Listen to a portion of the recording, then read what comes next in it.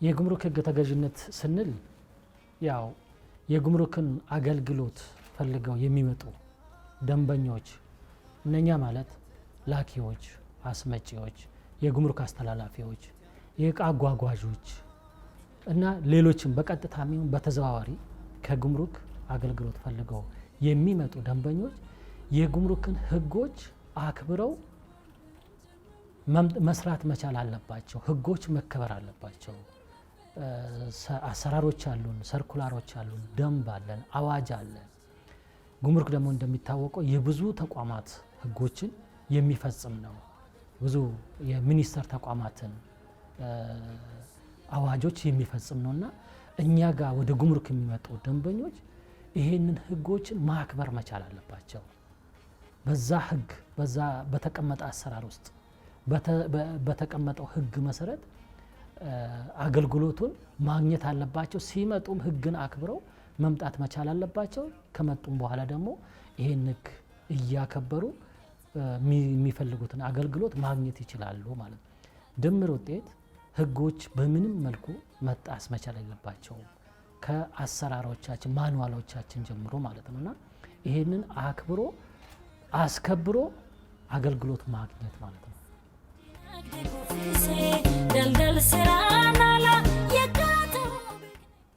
እንግዲህ የአንድን የሀገርን ህግ ለማስከበር የተለያየ አካላት ባለድርሻዎችን ይጠይቃል፣ ወይም ደግሞ ድጋፍ ይጠይቃል፣ ወይም ደግሞ ቅንጅት ይጠይቃል። ስለዚህ ከዚህ አንጻር ባለድርሻዎቻችን ብዙ ናቸው። በተለያየ መንገድ መግለጽ ይቻላል። የመንግስት ተቋማት ለምሳሌ እንደ አዳማ ጉምሩክ ቅርንጫፍ ጽሕፈት ቤት ስንወስድ ጊዜያዊ መጋዘን የሚሰጥ በከልቻ አክሲዮን ማህበር አለ። የጊዜያዊ መጋዘን አገልግሎት እና ሌሎችንም ስራ አገልግሎቶችን የሚሰጥ ማለት ነው። እሱ አንድ ተጓዳኝ ተቋማት ነው። የቀጠናዊ ንግድና ትስስር ቁጥጥር ጽሕፈት ቤት አለ። ገቢና ወጪ እቃዎችን የሚቆጣጠር ደረጃ ጋር ተያይዞ የመድኃኒትና የምግብ ቁጥጥር የሚያደርግ ጽሕፈት ቤት አለ። የግብርና አለ። እነኚህዎች አሉና እንግዲህ ከነኚህ ጋር የጋራ የቅንጅት ስራዎች የሚሰሩበት አግባብ ነው። ህግ ተገዥነትን ደረጃዎችን ለማሳደግ አንደኛ የሚወጡ ህጎችን እንዲያውቁ የማድረግ ጉዳይ ነው። ህጎች ሲወጡ ብዙ ጊዜ ታሪፍ ላይ ማሻሻያዎች አሉ፣ ዋጋ ላይ ማሻሻያዎች አሉ። እነኚህ አዋጆች ያው በአሁኑ ሰዓት የጉምሩክ አዋጅ እንደሚታወቀው በአዲስ እየተሻሻለ ያለበት ሁኔታ አለ። ቀደም ብሎ የወጡት ደንቦች አሉን።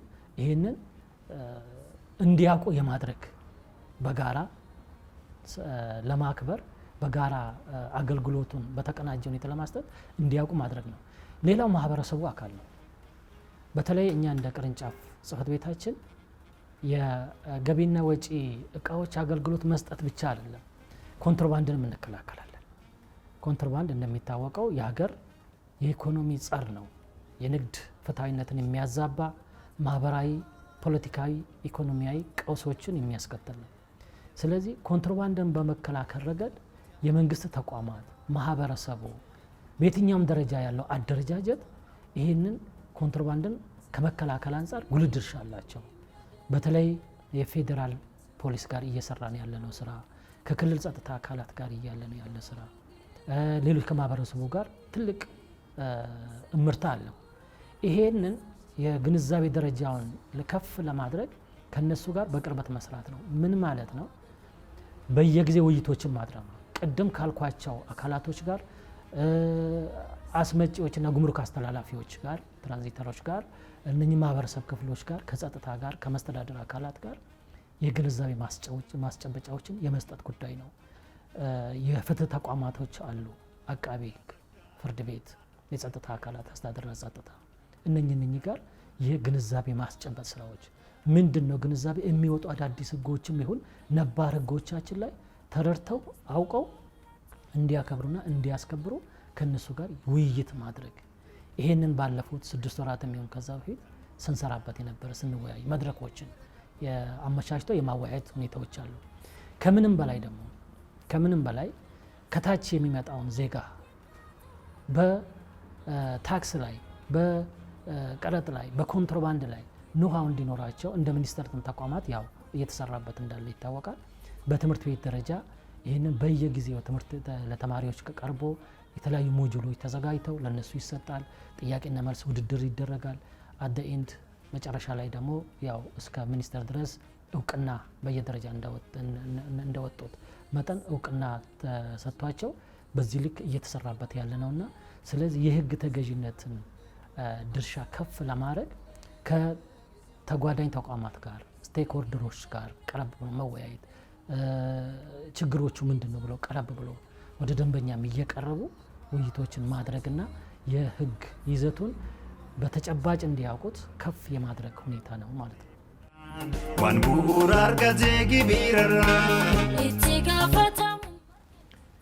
አዎ እየተወጡ ነው ማለት ይቻላል። ግን ክፍተቶች አሉ። ለምሳሌ ጉምሩክ አገልግሎት እየሰጠ ያለው ኦንላይን ነው። ይህንን ቆየ ግንባር ቀደም ተቋም ነው በኦንላይን አገልግሎት ወይም ወረቀት አልባ አገልግሎት መስጠት ሲጀምር ጉምሩክ የመጀመሪያዎቹ ውስጥ ያለ ነው። አሁን ይሄንን የኦንላይን አገልግሎትን ሌሎች ተጓዳኝ ተቋማት አብሮ ካልሄዱ ብዙ አገልግሎቱ ላይ ማነቆም ይሆናሉ። ለምሳሌ ተሽከርካሪዎች ከውጭ ይገባሉ። ተሽከርካሪዎች ሲወጡ በየጊዜው የመንገድና ትራንስፖርት ሚኒስቴር የሚያወጣቸው ህጎች አሉ። ያንን አሟልተው ሲመጡ ነው ወደኛ የሚመጡት። ስለዚህ ከዛ የሚሰጣቸውን ወረቀት ማኑዋሊ ነው የሚመጣው፣ በወረቀት ነው የሚመጣው፣ ሃርድ ኮፒ ነው የሚመጣው። እነኚህ አልፎ ፎርጅድ የመሰራት ሁኔታ ከተቋሙ እውቅና ውጪ እየወጣ የሚያዙበት ሁኔታዎች አሉ።